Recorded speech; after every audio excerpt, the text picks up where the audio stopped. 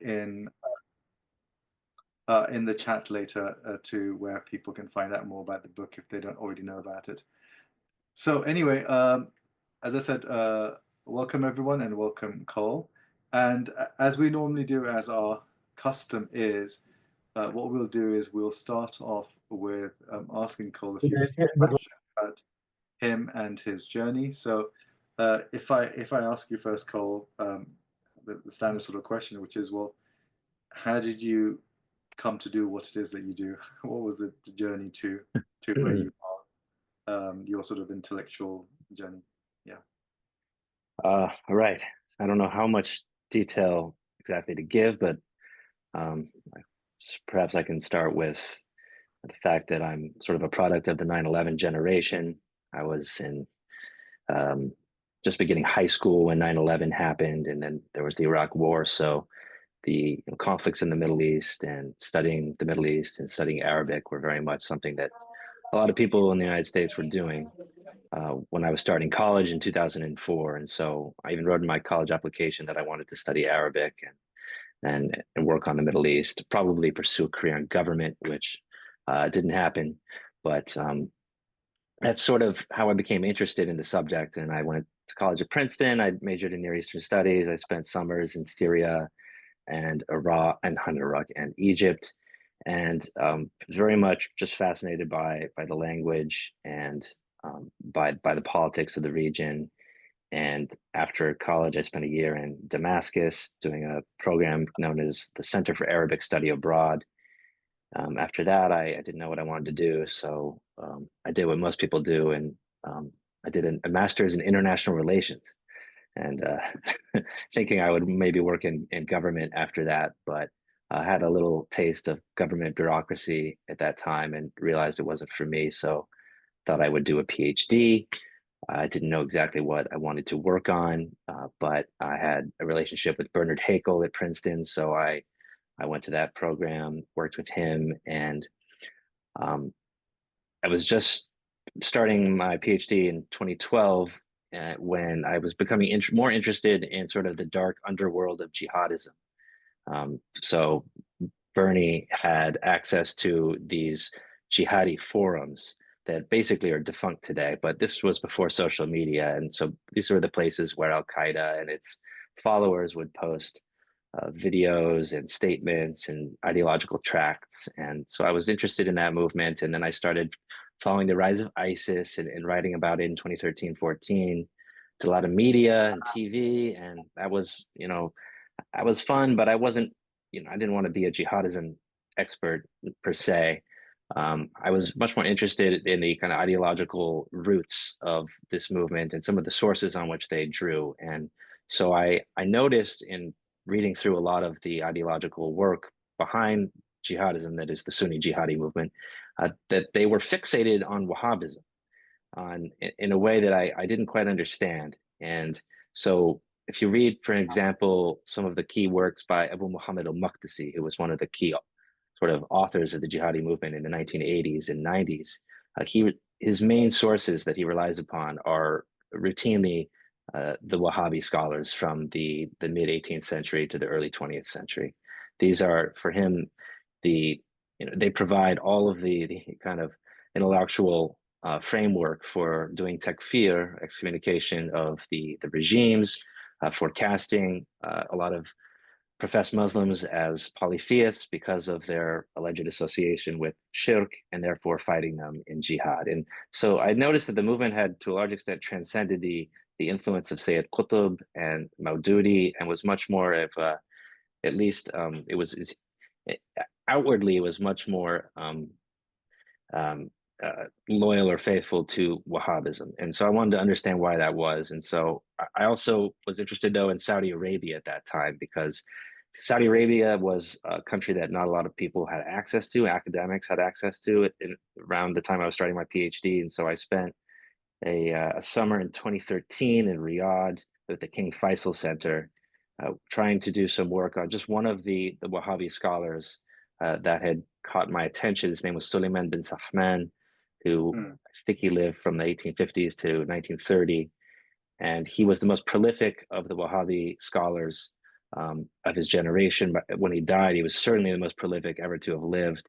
And he wrote refutation after refutation of everyone and anyone, including internal critics of Wahhabism, people who wanted to deviate from the correct understanding of the principles of the doctrinal principles of Muḥammad bin Abdul Wahhab, the founder of Wahhabism. And so I was just interested in him. And perhaps I wanted to write his intellectual biography. That was my initial thesis topic, was to write about Suleiman bin Sahman, his influence and the way his life sort of tracked the second and third iterations of the Saudi state, and said a lot about developments at that time. But I came to understand as I read more of his work that he was really just kind of citing and reproducing earlier Wahhabi authorities. And there wasn't necessarily anything all that original about what he was writing. And so then I became more interested in what the sources that he was drawing upon. And I found that a lot of the scholarship, the secondary literature on Wahhabism, was very much inadequate, if not entirely misleading. There were some very good books, David Cummins, Michael Cook, Abdulaziz al-Fahd, are three people who had done incredible work on Wahhabism. But by and large, it was very hard to get, I think, a good sense of especially the doctrinal thrust of this movement. What did it really stand for? What was Muhammad bin Abdul Wahhab preaching? Of course, it's a very controversial movement. People absolutely detest Wahhabism. Some people they regard him as basically a Kharijite who brought all sorts of evil things into modern and contemporary Islam. And then there are people who think that there's nothing that he ever did wrong. Not that he's immaculate, but they'll never criticize anything that he ever did.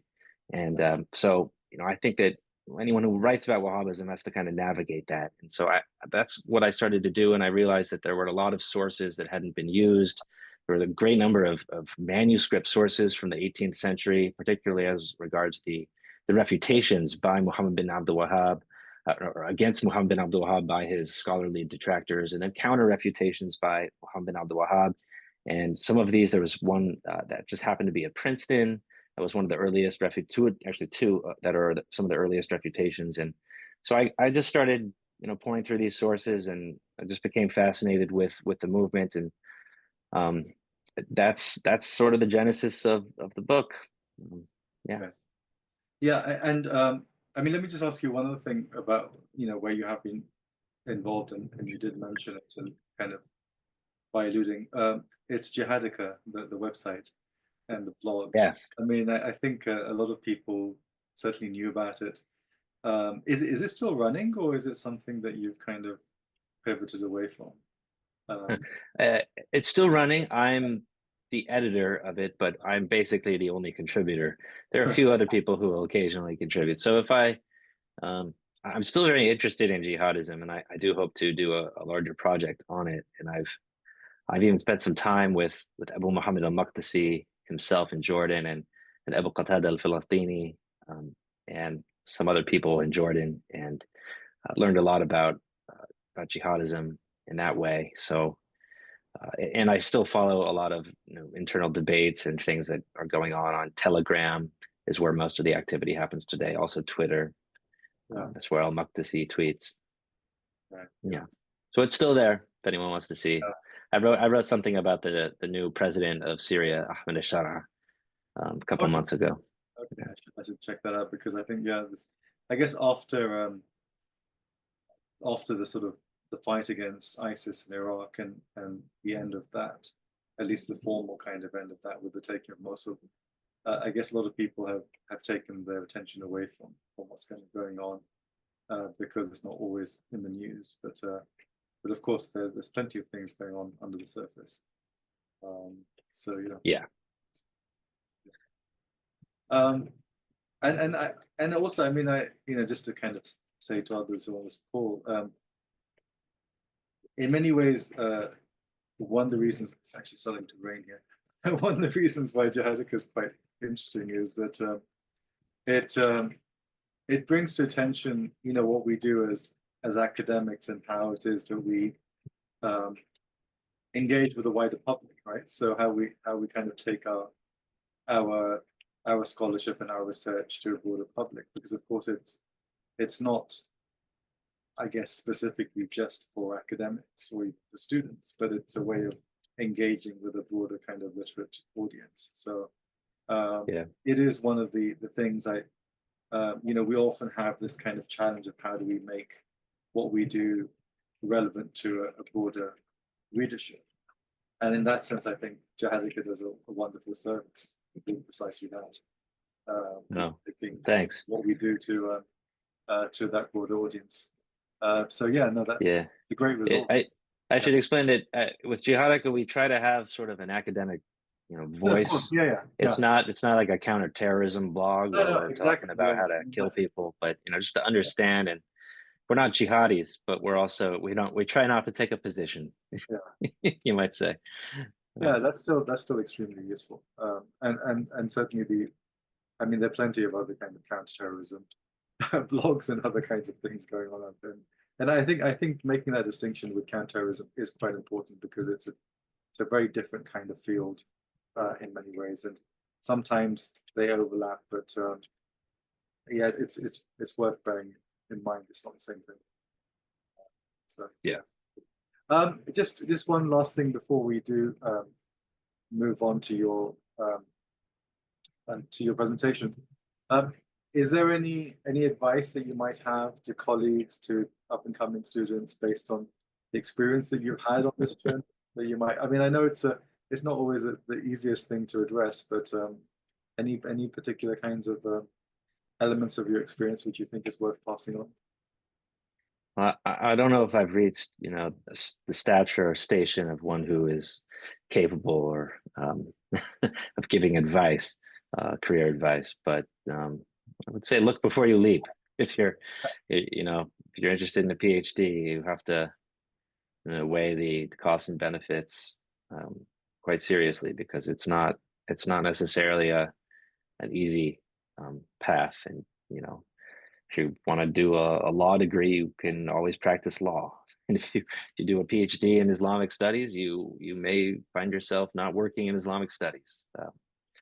Yeah, I think that's very sensible advice in many ways, especially given the fact that across the board, whether it's in Europe or North America, the humanities are being so squeezed that it's jobs is few and far between. Anyway. Yeah, the way it was described to me by someone whose advice I found useful many years ago was that you should only do a PhD if it's something that you feel that you can't possibly live without having done. And that's kind of the way I felt about it. That I felt like if I didn't spend another 5 years in school just studying and writing, I would feel unfulfilled. And that's very good advice for pretty much anything you want to do in life. So yeah. Okay, so I think we should move on to the presentation then. So okay, go ahead and share your time. Sure. Share the screen. Cool. Okay, everyone can see that. Yeah, it's all good. Okay, so I think before I get into any of the details about what is new in the book and what sorts of contributions to scholarship it makes, I should just say a couple of things about what Wahhabism is, so everyone is on the same page, knows where I'm coming from. So you might be familiar with the argument that Wahhabism doesn't exist. If you have heard Saudi diplomats talk about Wahhabism, even Mohammed bin Salman, the current Crown Prince, and his father before him, King Salman, they've made the point many times that no one can define Wahhabism. What is Wahhabism? Part of that is because a lot of the ways that Saudis have historically defined Wahhabism is that it is nothing but true Islam. It's nothing but pure Islam, and therefore there's nothing to say. But if you're a historian, obviously you have to identify it somehow, and that's the reason I use the term Wahhabism. The sort of indigenous term, the way that it's typically identified by those who adhere to this movement, is the da'wah Najdiyya, the Najdi predication or call. That's a term that I find cropping up at least from the mid-19th century for followers of this group. And then the scholars of the movement are known as immat da'wa Najdi, or the imams of the Najdi da'wa. So there's certainly something to talk about here. It's not like this is a figment of our imagination. The Wahhabism is, of course, a term that was given to the movement by its enemies in order to stigmatize it as some sort of heresy. And it did certainly come across as quite, as I'll explain, quite antagonistic and controversial and confrontational, exclusivist. But so I only use that term in sort of the neutral academic sense. I don't take a stand on Wahhabism as such. So it's named, of course, for Muhammad bin al-Wahhab, who was a religious scholar born in 1703 or 1704 in this area here called Najd. Najd is in Central Arabia. Let me just try and get rid of some of the, so I can see the screen better. It's in Central Arabia. In Arabic, it means sort of plateau region. It's a high plateau. There's not a whole lot of resources in this region, but it's important to understand that Wahhabism is not the product of the desert. It's a product of settled communities in this strip of land around this mountainous area known as Jebel Tuwaiq, and around this mountain range there are a number of oasis towns, and it's in the oasis towns of Najd where Muhammad bin al-Wahhab is born in about 1703, and he studies. He's a Hanbali, I should explain. Hanbalism was the dominant madhab in this area for reasons that are a bit unclear, but that's just the way it was. He came from a rather distinguished family of judges and jurists, Hanbali jurists, of course. And at that time, it was customary for those of this elite background and pedigree to do a course of study abroad, as I'd like to say. So, usually in Damascus, if one could make it, but he didn't seem to have that privilege. He studied in Basra in Eastern Arabia, in the area known as Al-Ahsa or Al-Hassa, and also in Medina. And according to the Wahhabi sources, those are the only three places that he studied outside of Najd. In 1741, according to the Wahhabi sources, this is when he starts his da'wah. He launches his mission. He is in the area of Najd known as Huraymala, which is where his father was judge at the time of his death. And while the story goes that it was in 1741, right after his father died, that he decided, okay, I'm going to come out with my controversial opinions on Tawheed and Shirk. I think that date is fairly well corroborated by other evidence, such as the start of when the refutations are being written. So it's really in 1742 we start to get a raft of refutations from all sorts of parts of the region.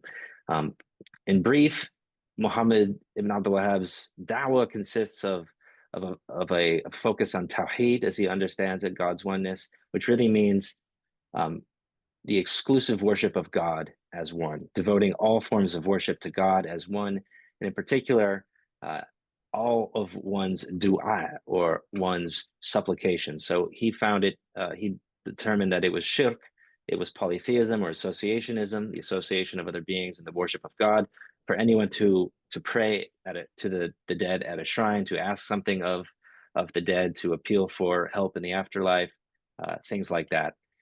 So that he had a profound hostility to the cult of saints. And that is really the kind of the driving force behind his da'wah, was that he thought that Islam had basically ceased to exist to a large extent.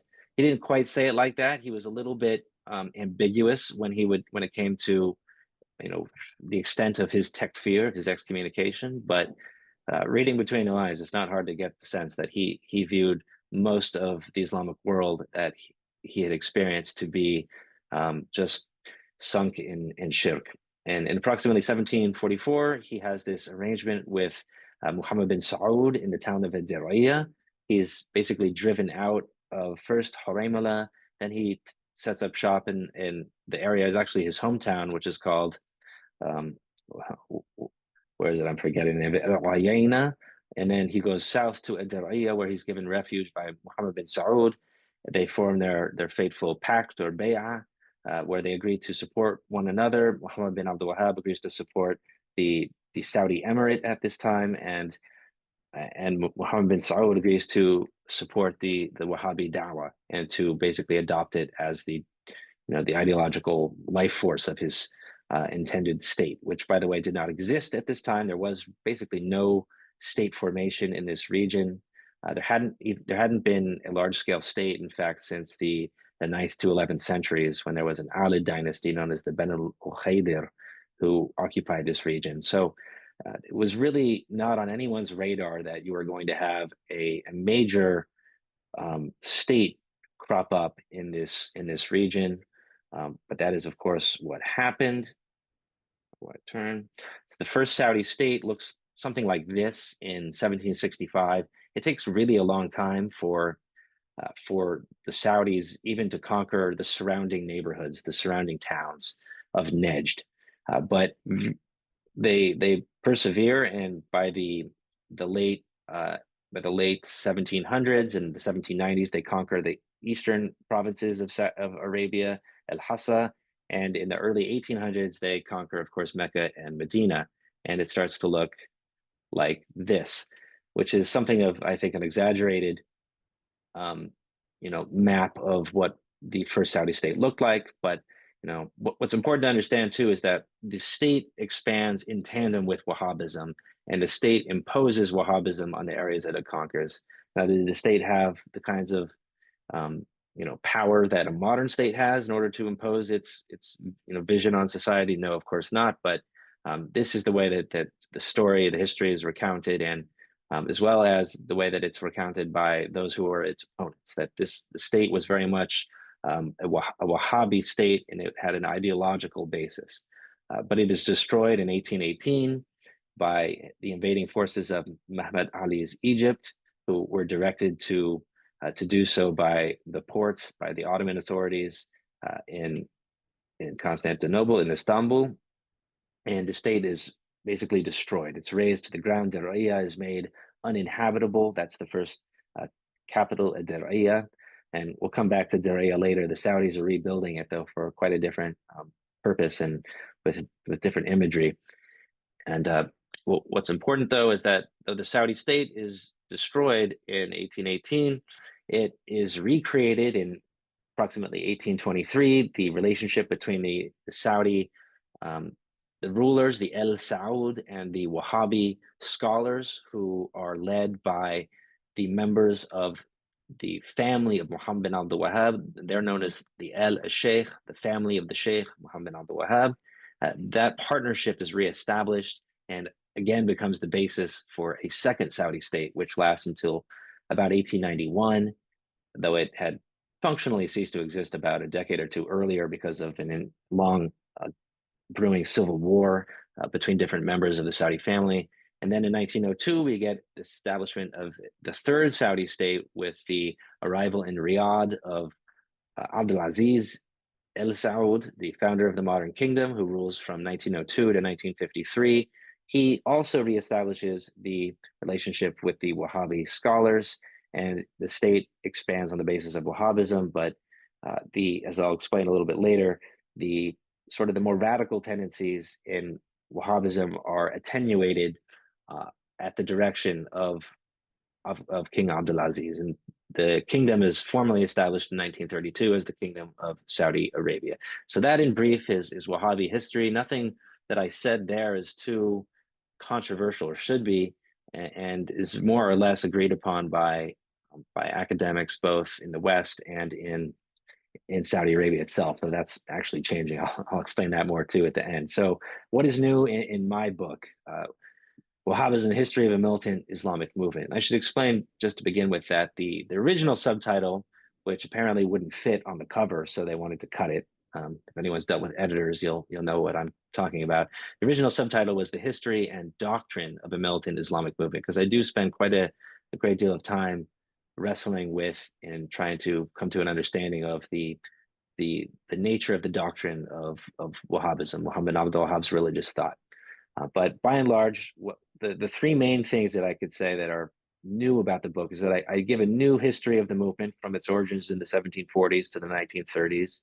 drawing on a wealth of primary sources that many of which, probably most of which, actually have not been dealt with before by Western scholars of Islam. And in fact, I could say that one of the sort of surprising things about studying Wahhabism is realizing how little attention it has garnered from Islamicists, from scholars of Islam. I'm not entirely sure why that is. I give a few, possible reasons why in the book, but I mean, given the wealth of primary source material that's been available for decades, going on decades now, it's sort of surprising to me how little work had been done on the movement. There was sort of a new effort to study Wahhabism after 9/11. That's when David Cummins visited Saudi Arabia, wrote his book, The Wahhabi Mission. But and then you had people writing quite uninformed, in my opinion, books about Wahhabism, both what I call philo-Wahhabi books and anti-Wahhabi books. There was one book published by Oxford that presented the founder of Wahhabism as something of a feminist who was averse to jihad, even tolerant, that said that he had practically nothing to do with it, the much more radical thought of Ibn Taymiyya. So you can find a lot of quite misleading things published about Wahhabism, either consciously or unconsciously. But in any event, I try not to do that. So I give a new history of the movement, sort of a narrative. I go into depth in trying to treat the Wahhabi doctrine, and especially the relationship between Wahhabism and the thought of Ibn Taymiyyah and Ibn Qayyim al-Jawziyah, who I argue are the two main ideological influences on Wahhabism, though I do examine in detail the ways in which they depart from one another.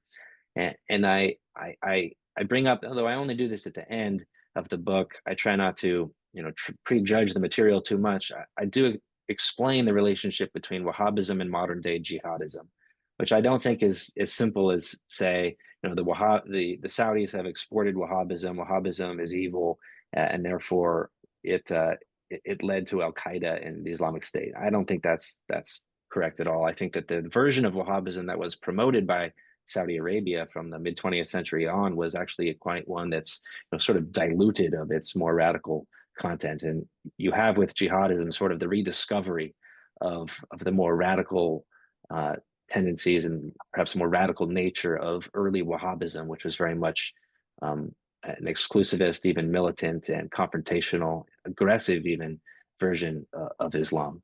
So that's sort of in a nutshell what I do. What I want to do, I think, in the rest of my time is I have 5 different sort of categories where I would argue the book does something novel, hopefully makes a contribution to this field of Wahhabism studies. And so the first thing I'll discuss is the kinds of sources that I am basing the book on. So the sources. There are, within the Wahhabi tradition, a number of chronicles that are produced early on in the movement, though really there's only one that is written during the first Saudi state. And that is the Chronicle of Ibn Ghanam, a scholar from al-Ahsa in Eastern Arabia, who we believe was a Maliki by legal affiliation, though he very much so adopted Wahhabism. He also wrote a book of a hadith-based creedal work. The book is called Rawdat al-Afkar wal-Afham li-Murtad Hal al-Imam wa-Ta'adih Ghazawat ul-Islam, the garden of thoughts and reflections for the one wishing to know the state or condition of the Imam, that is the Imam Muḥammad bin al-Wahhab, and an accounting of the raids of the Muslims. And the raids of the Muslims, the Muslims here, I think it's Dhawil Islam. That refers, of course, to the Wahhabis. And if you look at this chronicle, which basically tells the story of the rise of the first Saudi state as an extension of the biography of Muḥammad bin al-Wahhab, you'll find that he presents Najd in a very dark light. It was steeped in shirk, and the cult of saints had run rampant. And Muḥammad bin al-Wahhab had basically rediscovered true Islam, had brought it back from dead, and the early Saudi state was the engine or the vehicle for spreading. Of course, he didn't use the word first Saudi state because was the only Saudi state, and they didn't use the term like that. It was just sort of the state of the Muslims. They that was carrying forward Muhammad Abdul Wahhab's mission. And what's particularly valuable about this book is that it also includes a good number of the the correspondence and the epistles of Muhammad Abdul Wahhab. So you have, and it's written in, we think about 1797 or so. That's the last year that he chronicles in the book. So it's a very valuable source. It's also a very inaccessible source because of the stilted prose and the seja and the quite strange vocabulary in some ways that he employs. So in the 1960s, I believe it was then that an Egyptian scholar tried to rewrite this book in a modern idiom so that people could understand it. But in doing so, he somewhat changed the text to make it look less radical. But on the basis of this book alone, it comes across as a fairly radical movement. A bit less radical, it appears, from the next most important chronicle, which is that by Ibn Bishr, which is called Unwan al-Majd fi Tarikh Najd, the symbol of glory in the history of Najd. He lived during the second Saudi state primarily, though he did have some experience of the first Saudi state. His 2 volumes were completed in 1835 and 1854. But that's one set of sources that I look at. Also look at some of the sources outside the Wahhabi tradition to kind of compare. And then you have something known as what I call the compendia. These are compendia of Wahhabi religious writings, many fatwas, books, epistles, things like that were collected by a scholar in the earlier 20th century, a man named Abdurrahman ibn Qasim. And the first edition of that comes out in the 1930s, the second edition in the 1960s, the final edition in the 1980s and 90s. And this is sort of the main repository of Wahhabi texts. But if you look at the secondary literature on Wahhabism before my book, you'll find that practically no one cites this book. It's more common to cite the compendium that was prepared by Rashid Rida in Egypt in the 1920s. But this is really the more sort of authoritative source for Wahhabi texts. So there's some overlap here with what is in the Chronicle of Ibn Ghamnam, but this is really the main source for the primary text. I think I have this right behind me too. And if you look at their images online of Abu Muhammad al-Maqdisi or the former mufti of ISIS, Turki bin Ali, they'll have this book on their shelf, like right behind them, as if it's casting the authority of Wahhabism over their shoulder. But perhaps the most innovative source that I get into with the book is the refutations of Muhammad bin Abdul Wahhab, the rudud that were written in the 18th century, and many of which were previously unknown. I spent a great deal of time just trying to find refutations. There's still more to be uncovered, probably in the Ottoman archive.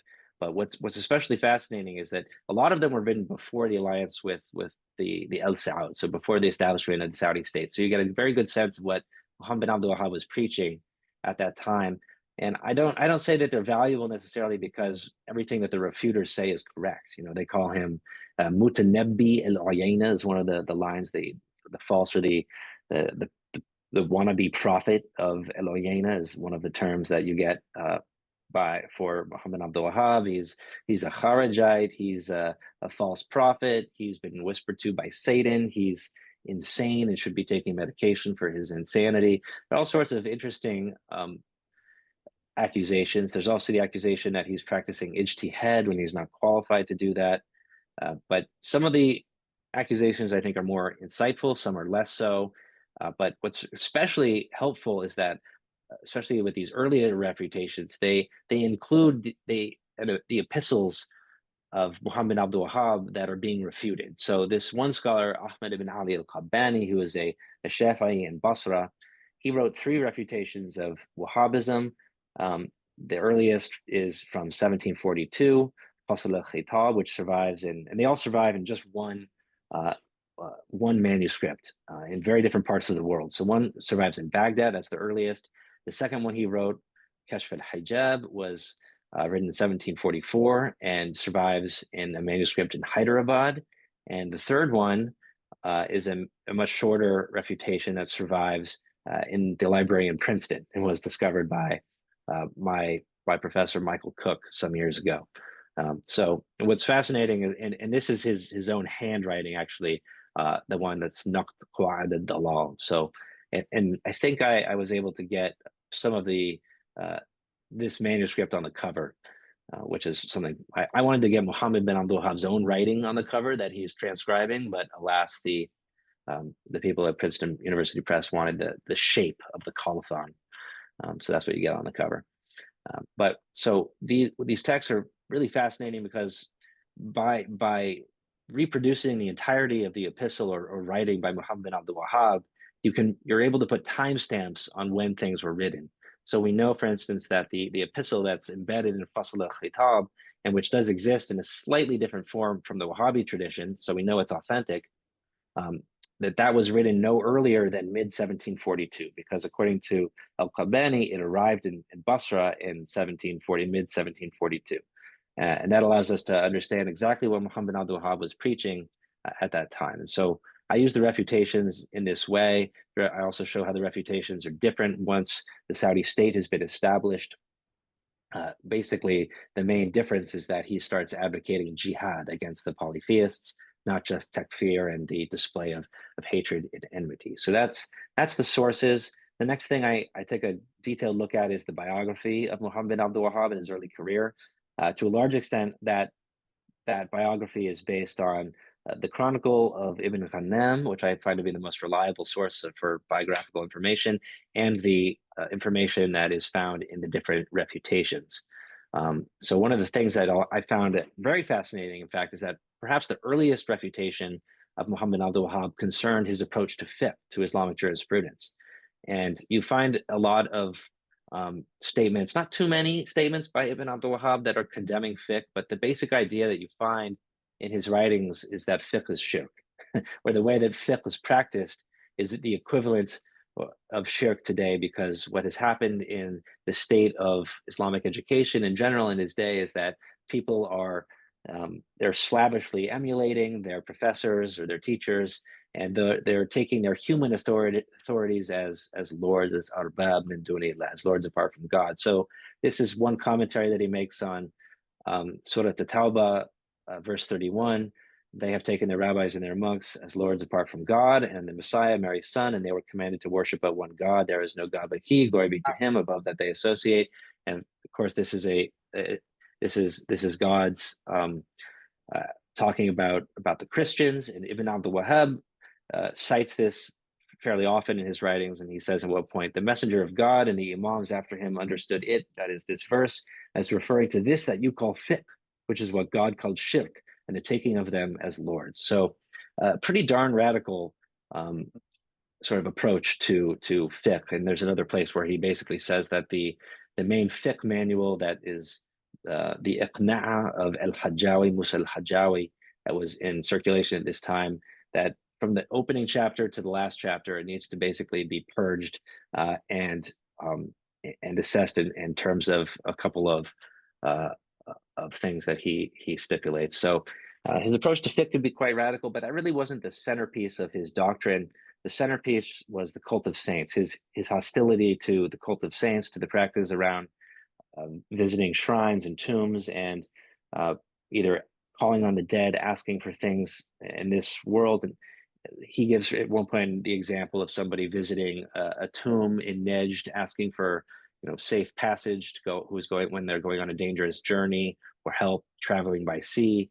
Also the example of asking for intercession from the dead saint or holy man, intercession on the day of judgment with God. So that is, if you read the epistles in the correspondence that Muhammad bin Abdul Wahhab has with his opponents, with other people in Najd, it becomes quite clear that this is his fixation. And this is somewhat different from a lot of people who have write about Wahhabism. Their main source for the doctrine of Wahhabism is Kitab al-Tawheed, the Book of God's Oneness, which is, of course, a famous book that Muhammad bin Abdul Wahhab wrote, it's really more of a textbook. It has a lot of hadith and chapters arranged by categories, basically saying, this is shirk, and this is shirk. But you don't get from that book a good sense of exactly what Muhammad bin Abdul Wahhab is fixated on in the real world. So you find in the real world what he's polemicizing against is these practices concerning the cult of saints, or what we in Western scholarship have often called the cult of saints. So this is it's just a couple of lines to recite for you. The beliefs in righteous persons and others that most people profess today are shirk. So you also get the sense from a lot of these lines that he's accusing most people of professing shirk. He's a little bit cagey or ambiguous about condemning everyone as shirk, but of practicing shirk. And in fact, he denies the accusation at other times. But if you read his epistles about this, it's fairly obvious, I would argue, that he is casting a fairly wide blanket of takfir. Shirk is what has filled the earth, and people call it belief in righteous persons. Al-i'tiqad fi salihin. That which is being performed in the Hijaz, Basra, Iraq, and Yemen, this is shirk. This is from the Chronicle of Ibn Ghannam. The majority of the people in his time, that is Muhammad al-Wahhab's time, were smeared with filth and covered with the dirt of impurities, such that they had become engrossed in shirk. They turned to the worship of saints and righteous persons and cast off the tie of tawheed and religion. You also get, so that's a fairly, you could say, radical, or by radical, I don't mean that, in the sense of extremism or something like that, but it's a radical departure from what is accepted in the Islamic world at this time. And you can imagine that he was condemned for a lot of these opinions, and the refutations, as I alluded to before, were quite severe in their condemnations. Even before Muhammad al-Wahhab had engaged or had supported the violence of the first Saudi state, there were people in the Hijaz calling for his head, saying he should be executed if he is not found to be insane. If he's insane, he should be treated with medication. If he's not insane, then he should be executed to deter the likes of him. That was one commentary in a refutation. Another line that would frequently be brought up in those who were refuting him in his early years was this line that he had about his teachers. And essentially, he wrote in an epistle that he sent, I think it was to Riyadh, we believe in the early 1740s. He said that nobody knew the meaning of "there is no God but God" before him. No one in the Ārid, that is the region of Najd. So I'll just read this briefly. I will tell you about myself. This is in an epistle he sent to a nearby town. By God, apart from whom there is no God, I sought learning, and those who knew me believed that I had some. Yet I did not know the meaning of "there is no God but God," nor did I know the religion of Islam before this blessing that God vouchsafed to me. قبل هذا الخير الذي من الله به.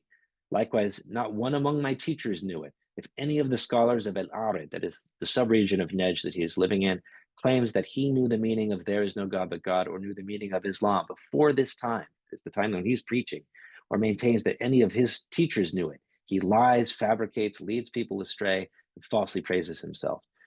So he said a lot of quite provocative things like this in his epistles. Another accusation was that he said that there was no Islam for the last 600 years.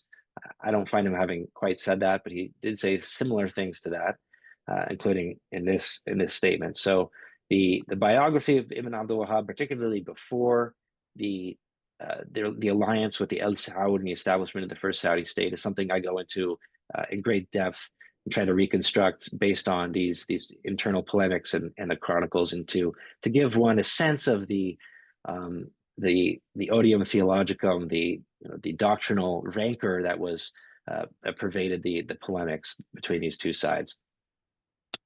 So next, I spend the next two chapters, after kind of going over the biography of Ibn Abdul Wahhab, I spend trying to kind of carefully dissect the nature of the Wahhabi doctrine based on my own reading of it, but also with reference to the ideas of Ibn Taymiyya and Ibn Qayyim al-Jawziyah, who are, of course, the 14th century Hanbali scholars who lived primarily in Damascus and were themselves quite controversial. But as I argue, generally speaking, Muhammad Abdul Wahhab took Ibn Taymiyya's and Ibn al-Qayyim's ideas in a much more radical direction. I don't think Ibn Taymiyya, for instance, would have approved of the way in which Ibn Abdul Wahhab conducted his campaign, because, as I'll explain lately, he had a much more restrained approach to takfir. So I show that, contrary to what some people have written, Ibn Abdul Wahhab very much had Ibn Taymiyya and Ibn al-Qayyim as his inspiration. He cites them routinely. He refers to their ideas routinely. If one isn't familiar with some of their basic ideas, one could miss those references. But I mean, it was absolutely clear, especially to the refuters, that Ibn Taymiyyah was his principal inspiration. So you have here, this is al-Qabbani, the author of those three refutations that I showed you before. He was a Shafi'i, I believe an Ash'ari, and a Sufi. So he was not a fan of Ibn Taymiyyah, as you can imagine. He thought the ghost of Ibn Taymiyyah was basically, pure evil, and that what Ibn Abdul Wahhab was doing was reviving sort of the evil spirit of Ibn Taymiyyah. And this comes across a lot in his refutations. He writes, "It is absolutely clear that you, Ibn Abdul Wahhab, have emulated Ibn Taymiyyah and what the most distinguished scholars counted among his faults and his fictions. You have followed him in this abominable doctrine of his that the scholars of Islam declared to be unspeakable. Before this man, Muhammad Abdul Wahhab, did any of the scholars of Islam who are followed in matters of religion declare to be unbelievers those who use the dead as a means to God and who ask the dead for help? Mutawassil wal mustaghith." These are some of the terms, too, I should explain, that are at the center of the polemics between the two sides. Tawassul and al-istighatha. Tawassul, the sort of approaching God, usually by appealing to the jah, or the high station of a dead saint, and the istighatha is the appeal for help to the saints, usually in this world.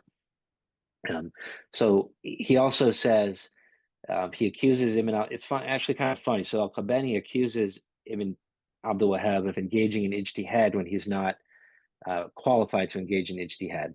Ibn Abdul Wahhab denies this claim, and I think actually Ibn Abdul Wahhab is right, because he is not engaging in ijtihad. His project, as he understands it, is not one that has anything to do with mastering the sources on which one does Islamic jurisprudence. It was a much more sort of fundamental core of Islam that he was concerned with. It was re-establishing core Islamic doctrines. So he wasn't, as he understood it, engaging in ijtihad. He was simply trying to revive the basics of Islam that had been forgotten in his time and were being flouted and contradicted, in fact. But at the same time, al-Qabbani accuses him of taqlid, and taqlid, in fact, of Ibn Taymiyyah. And he even says about the epistle that he's refuting that he thinks that it's basically a plagiarism of something that he read by Ibn Taymiyyah, which isn't entirely off. There are certainly epistles that look very similar, or writings, fatwas by Ibn Taymiyyah, that look very similar to what Ibn Abdul Wahhab was writing. So from basically all standpoints, everyone who was concerned with the Wahhabi movement at this time, it was clear that Ibn Taymiyyah was in dispute. The Hanbalis, by the way, who were against Ibn Abdul Wahhab, they still claimed Ibn Taymiyyah as their own. They tried to argue that Ibn Abdul Wahhab was misunderstanding Ibn Taymiyyah.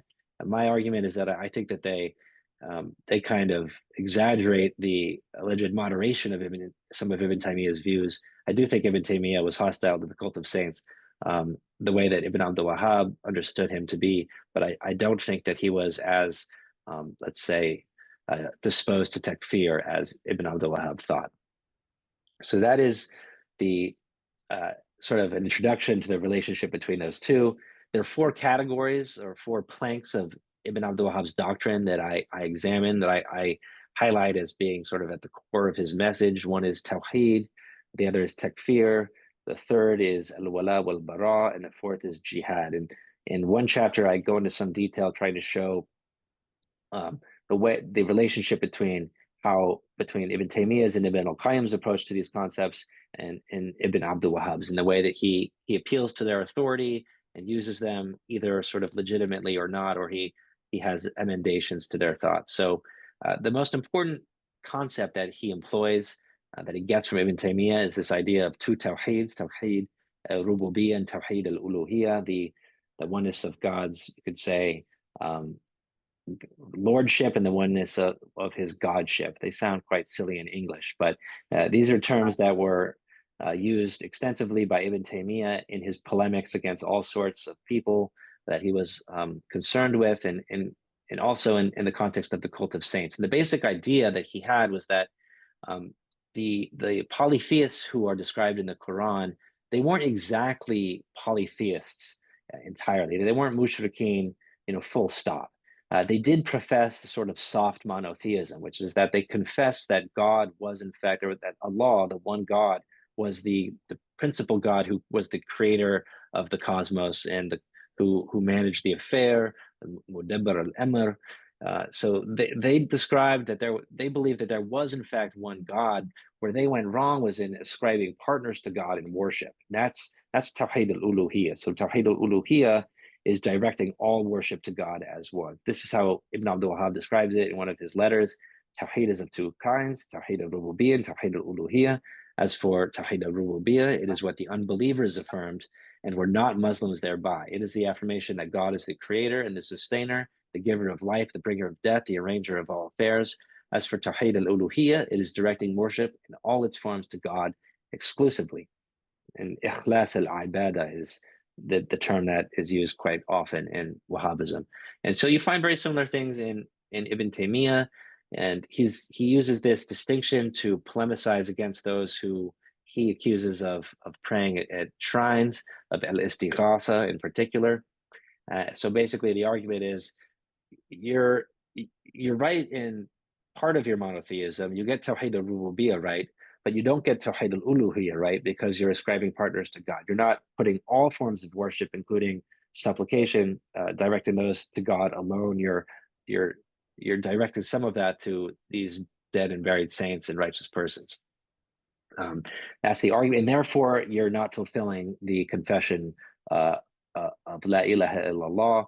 You're not meeting the test of Tawheed. You're basically you're no better than the unbelievers described in the Quran, the pagan Quraysh, which is a pretty powerful polemical statement, and it's something that Ibn Abdul Wahhab adopts, and he's even found, you can see in his epistles, trying to explain to people what is Tawheed al-Uluhiyya and Tawheed al-Rububiyyah, what are the differences between these two things. So clearly, when it comes to this concept, he's inspired by Ibn Abdul Wahhab.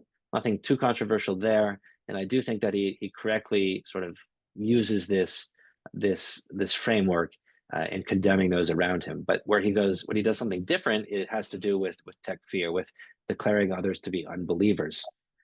Sometimes we say excommunication or hereticization, if you like. I prefer just to say takfir, it's simpler.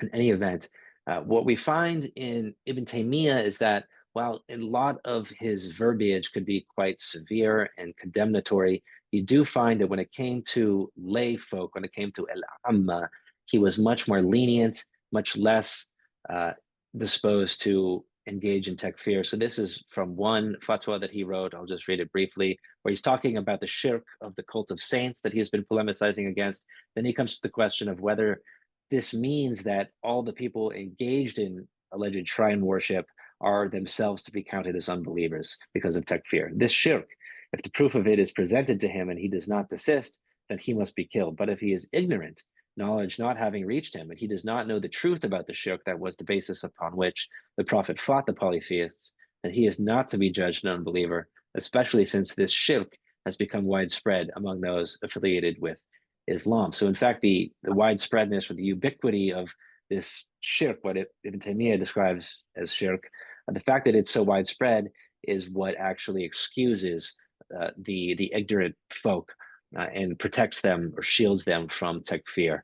And in the theological jargon around this is al-uzr bil-jahl, a term that means the excusal on the basis of ignorance, excusing one from excusing the sort of alleged acts of unbelief or polytheism because of one's ignorance, and iqamat al-hujjah, or what do we say, presenting the evidence, the theological or the scriptural evidence that ought to convince one that the acts that one is engaged in, that those amount to shirk. So for Ibn Taymiyyah, these two concepts were basically they protected lay folk against takfir. For Ibn Abdul Wahhab, however, they basically didn't apply. So we find this quite clearly in one letter that he writes to a pair of fellow religious scholars in Najd in the early 1740s. He says, when it comes to the foundations of the religion, usul ad-din, that God clarifies and establishes in his book, God's proof is the Quran. So anyone it has reached, the proof is reached. So what he's saying is that as long as one has been exposed to the Quran, then iqamat al-hujjah, the the establishment or showing of the evidence has already taken place. Therefore, that doesn't function as a shield for takfir. And then he goes on to say, I didn't, because it's quite a lengthy quote. He goes on to say that it doesn't matter whether or not they understood the evidence or not. The unbelievers in the Quran didn't necessarily have to understand the evidence for them to be polytheists. So basically, he's arguing with these people that you need to declare takfir against the polytheists. You need to stop engaging in al-uzr bil-jahl. So this, I think, is sort of symbolic of the two different approaches to takfir. Ibn Abdul Wahhab is much more inclined to do, you could say, mass takfir. There are sometimes where he says he doesn't do takfir, blanket takfir, but there are also times where he says, we only do takfir of unbelievers. So when he's accused of takfir, he says, we don't do takfir of Muslims, we only do takfir of unbelievers, which is kind of a tautological, self-serving argument. You can imagine that rankled a lot of people. So that's takfir. The next plank of the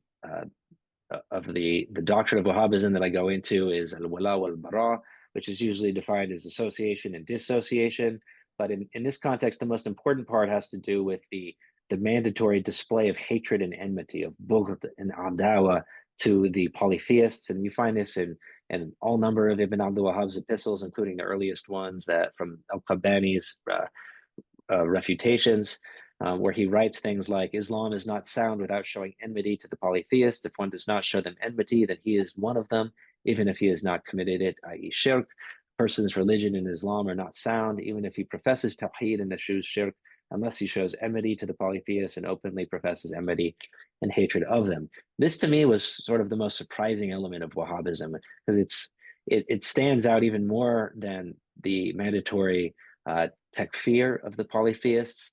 In fact, the Wahhabi scholars argued for centuries, in fact, that no, one couldn't be a Muslim just by accepting the doctrine of Tawheed as elaborated by Ibn Abdul Wahhab. One had to go a step further and alienate somehow or antagonize the unbelievers, the alleged polytheists around one.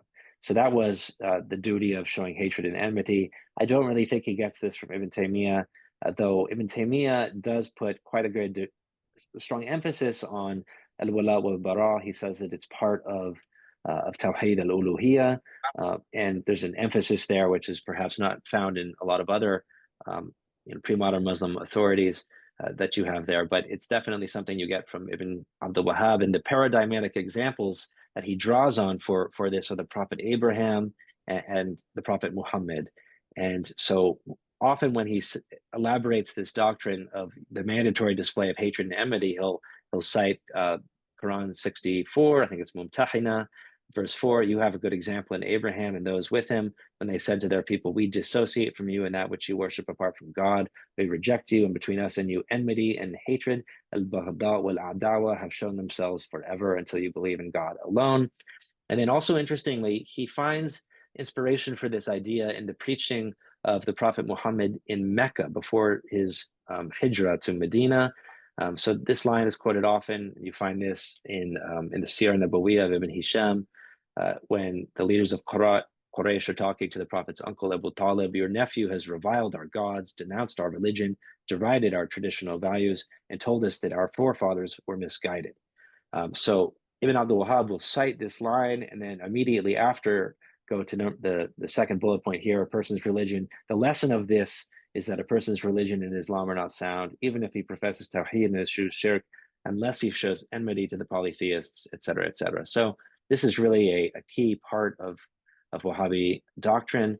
Jihad is the area where I think he probably gets the least from Ibn Taymiyya. There are some references to the way that Ibn Taymiyya defended or justified jihad against the nominally Muslim Mongols of the 14th century who were invading Syria at the time. But by and large, his justification for jihad is Quran verse 839, where God says, and fight them, the unbelievers, till there is no fitna, and the religion is God's entirely. And he glosses fitna as shirk. So he basically believes that there is a command from God to fight, wage jihad against those who he understands as practicing polytheism or shirk until the religion is God's entirely, until we establish God's religion. And you also find in some of his later epistles that the duty of displaying hatred and enmity becomes mixed up with the duty of waging jihad. So this is just one example from one of these epistles. He writes, "One should know that if a believer is to follow the messenger, then incumbent on him are dissociating from this, that is shirk, directing worship exclusively to God, rejecting it in those who commit it, condemning those who practice it, showing them hatred and enmity, and waging jihad against them until the religion becomes God's entirely." So you'll find that it's been argued by some scholars, Ahmed Dalal in particular, and a very influential article, very good article, I should add, on the Islamic reformers of or revivalists of the 18th century, that Muhammad al-Wahhab was basically non or apolitical, that his doctrines were really about, Tawheed and Shirk, but he didn't really get into the realm of politics. I find that to be, definitely untrue. I think the opposite is true. I think that he was very much on board with the Saudi state project, which he presented as a project of jihad against the forces of shirk and the spreading of true Islam. The next thing that I discussed that I think there is some intervention with has to do with the development of the first Saudi state. And one thing that stood out to me in looking at a lot of the writings that we have from, in fact, the leaders of the first Saudi state, that is the descendants of Muḥammad bin Saud, is how dedicated they were to the tenets of the Wahhabi doctrine that I just elaborated for you. So this is a letter by Saud bin Abdulaziz, who was one of the rulers of the Saudi state from 1803 to 1814, so shortly before its destruction.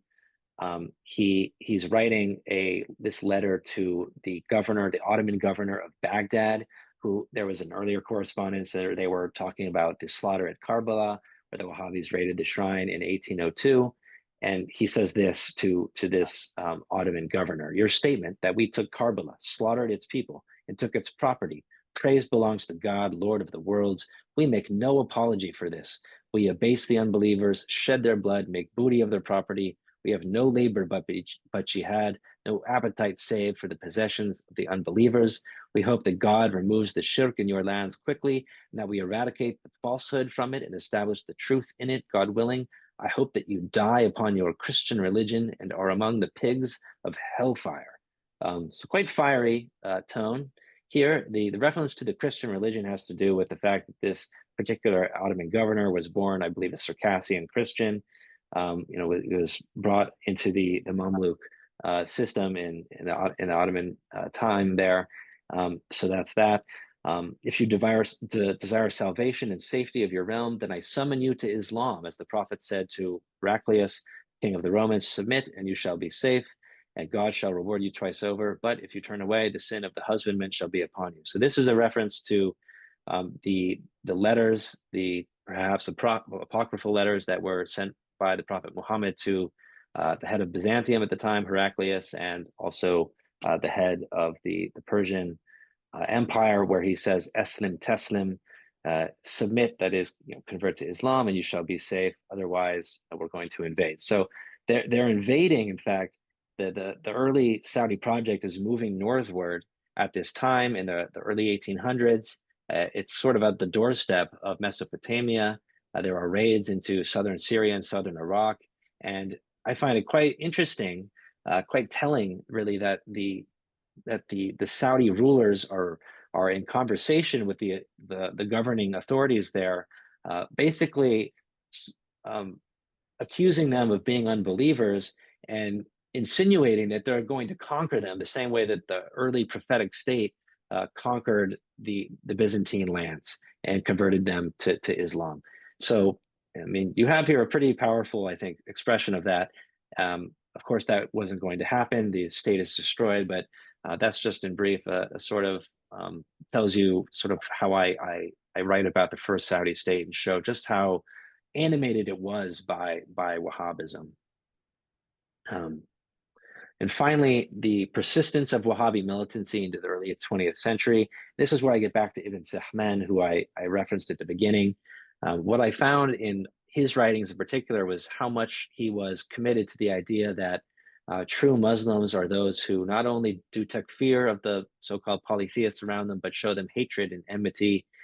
So this became a big point of dispute among, even within Wahhabism. There were even different camps of Wahhabi scholars. The mainstream camp, the camp led by the al-Sheikh, the descendants of Ibn Abdul Wahhab, were always in the camp of those who believed that the mandatory display of hatred and enmity was absolutely crucial to the survival of Wahhabism. They wanted to maintain Wahhabism as it was, to prevent it from becoming sort of a mainstream version of Islam, or mixing or coming into some kind of a peaceable agreement with the outside world. They wanted to preserve their version of Islam as sort of a community, a sect apart.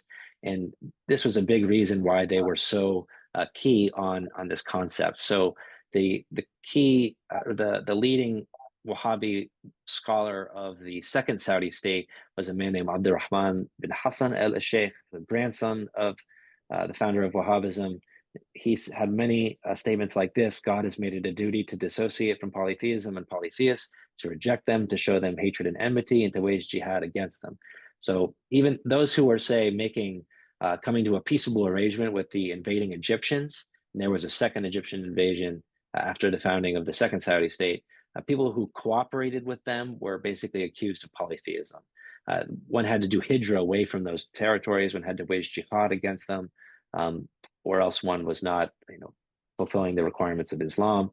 Perhaps the most fiery of the Wahhabi preachers, but at the later part of the second Saudi state, was a man named Muḥammad ibn Atiq. He wrote, for instance, a man has not manifested his religion until he dissociates from the unbelievers who are in his midst and states plainly to them that they are unbelievers, that he is their enemy. If that has not happened, the religion has not been manifested.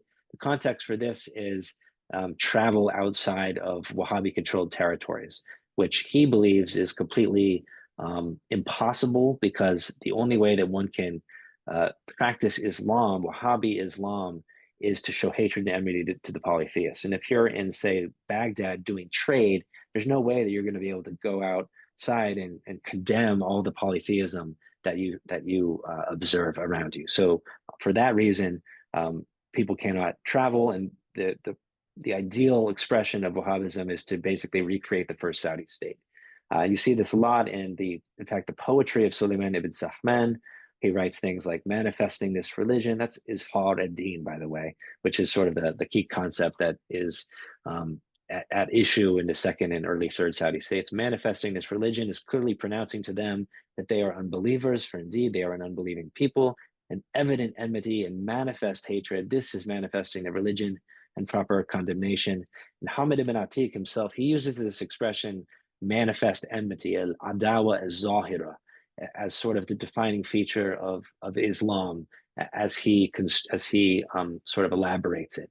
And that was the title of my dissertation, for anyone who's curious. And I wanted that to be the title of the book, but the editor, of course, wanted to sell more copies, and manifest enmity was sort of niche, you could say. So that's basically the book. Then at the end, I show how these doctrines are sort of reined in by King Abdulaziz in the earlier 20th century, how they're sort of picked back up in the later 20th century by the jihadis. The last thing I want to show, because this is sort of the subject of my next project, has to do with what's going on with Saudi Arabia today. So Saudi Arabia never departed from its adherence, its fidelity to the Wahhabi tradition. Even if they said that there was no such thing as Wahhabism, they very much were stewards of the Wahhabi mission and supported its religious scholars and the dissemination of its ideas. MBS, the Crown Prince, since 2017, is basically decided that the state is no longer going to be loyal to Wahhabism. He's said, for instance, Muhammad bin Abdul Wahhab is not a prophet, not an angel.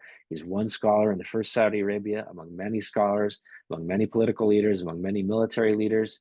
And then he goes into this discussion about the problem of writing history in the 18th and 19th centuries. The problem was essentially, as he sees it, that everyone who wrote Saudi history was in fact a Wahhabi religious scholar. So they wrote a version of history which privileged Wahhabism over the unique contributions of the of the Āl Suʿūd, and which he believes were much more important. And he goes on to establish a new holiday in January 2022 called Founding Day, which celebrates the alleged founding of the first Saudi state, not in 1744, which was the traditional date for the start of the first Saudi state with the union between Muḥammad bin al-Wahhab and Muḥammad bin Saud, but rather in 1727, which is, according to them, the year when Muḥammad bin Saud came to power in Diriyah. And the themes of his rule were not ideological. They were not about spreading a particular version of Islam. They were about unity and security and building up a functioning state amid an area that had fragmentation, dissension, instability, those sorts of things. So this is the new Saudi Arabia. 1727 is the way that a lot of sort of MBS's strongest nationalist fans will kind of signal their adherence to this new idea of Saudi Arabia as a post-Wahhabi state. That's sort of the emphasis of my next project that I'm working on. I can talk more about that if anyone is interested. And with that, I'll bring this to a close. Thank you, Cole. That was really good and very, very full. And of course, I do encourage everyone on this call to follow up and actually read the book as well. I'm going to stop recording.